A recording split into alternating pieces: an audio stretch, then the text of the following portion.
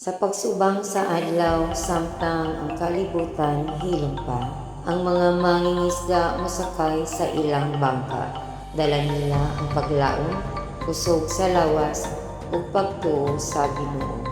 Ang dagat nahimo nilang uma, ang balod ilang kauban, ug ang pukot simbolo sa paningkamot ug pag-ampo. Sa kahiladman sa dagat, nagsugod ang grasya. Mataghulog sa pukot, usa ka hangyo sa langit, usa ka paglaom, ang paningkamot mamunga sa ilang pagbalik sa baybayon, nga puno ang bangka ug isda. Ang kalipay nga dili masukod. Sa tingog sa tambol sa sinulog, ang pasalamat na banaw. Ang ritmo misabay sa balod sa dagat, ug ang lihok sa sayaw misundog sa puso, ug kalisod sa mga mangingisda.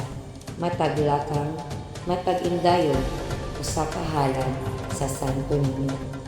Pasalamat sa luwas nga panaw sa ani nga gihatag, o sa puso nga padayon nga nagikan sa pagtuo. Ug karon, pinaagi sa ritmo sa tambol ug lihok sa lawas, kini ang grade 7 nga muhalad sa ilang sayaw pasundayag, sa kasayaw nga nagdala sa istorya sa ani sa pangisda ug sa espiritu sa sinulog.